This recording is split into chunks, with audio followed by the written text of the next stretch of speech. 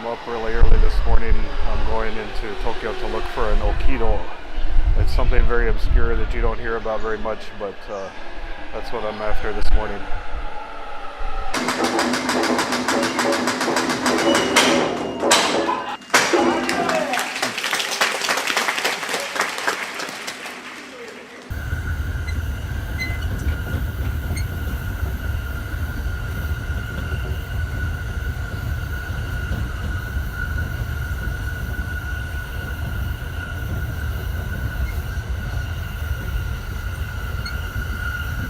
I guess in a way it makes sense. I took the Tokaido line, the Tokaido Sen to get here. I had to ride it for about 45 minutes or so, and the place that I'm going was on the old Tokaido highway. So the Tokaido Sen, I think, is probably named after that, although I'm not sure, but maybe I'll look later and find out.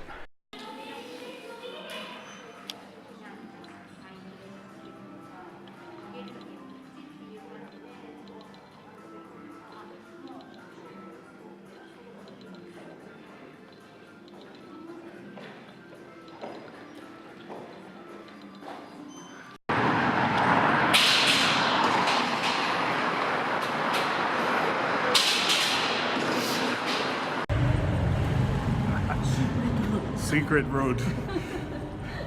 This nice lady is taking me on a secret road. I'm too big. Wow. I'm surprised.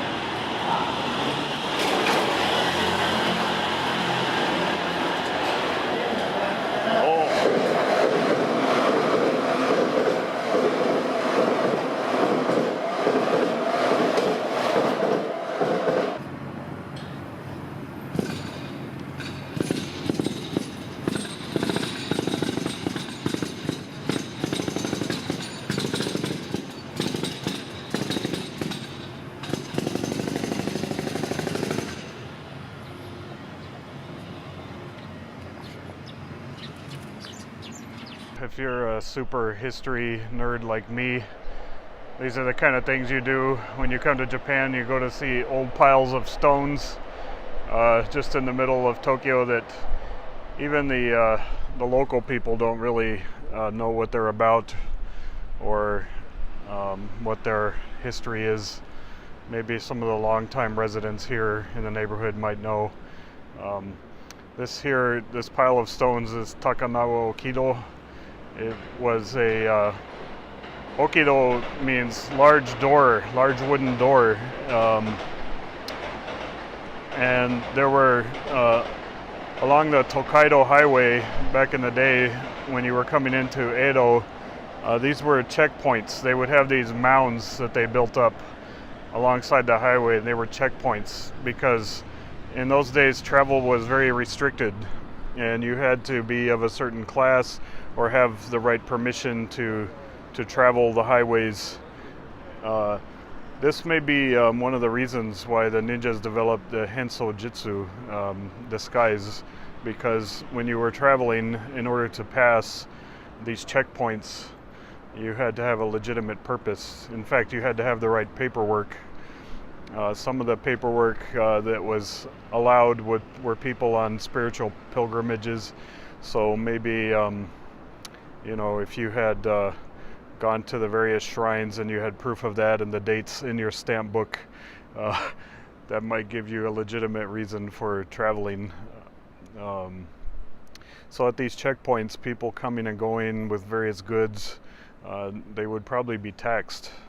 So as you pass through these checkpoints and these gates, they would levy a tax on you. Yeah, so all of the traffic that came in and out of the shogun's capital had to pass through these checkpoints, these Ōkido. So there would be there's a big mound there, and there would have been a gate. Probably I'm guessing there were two mounds at some point with the gate in between. So if you were traveling along the highway, you would have to pass through. and maybe the guards could be up on top of the mounds to see if anybody tried to sneak through the bushes on the other side. I don't know. But there's not much of that period of history left in Tokyo. It's really hard to find. It's really hard to dig up anything. So the fact that this is still here in the middle of a bustling metropolis of Tokyo, it's kind of fascinating that this pile of stones from many hundreds of years ago still rests here. And they even have a really small monument behind me that's dedicated to this. So yeah, I imagine it's not on many foreigners' travel lists to come to a site like this, but I'm a big history nerd, so in between training and classes when I'm in Japan, these are the kind of things that I do with my time.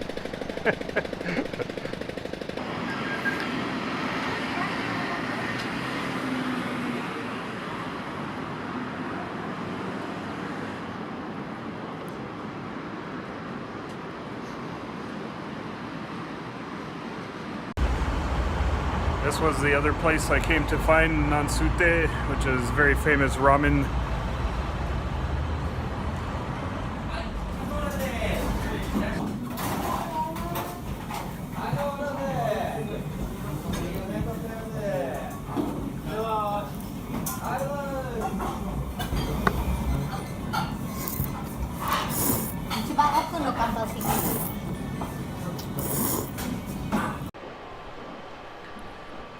Yeah, so this particular chef and ramen shop has won many awards and is one of the most famous in Japan, in Tokyo. I just ate the signature ramen there, which is like a tonkotsu ramen, which usually has like a creamy broth. But the broth that this chef makes, he takes garlic and overcooks it in sesame oil until it turns the broth black. So it has a very unique look and a very nice flavor, kind of a smoky, garlicky flavor. And yes, if you happen to be in Tokyo, I recommend visiting Nansute.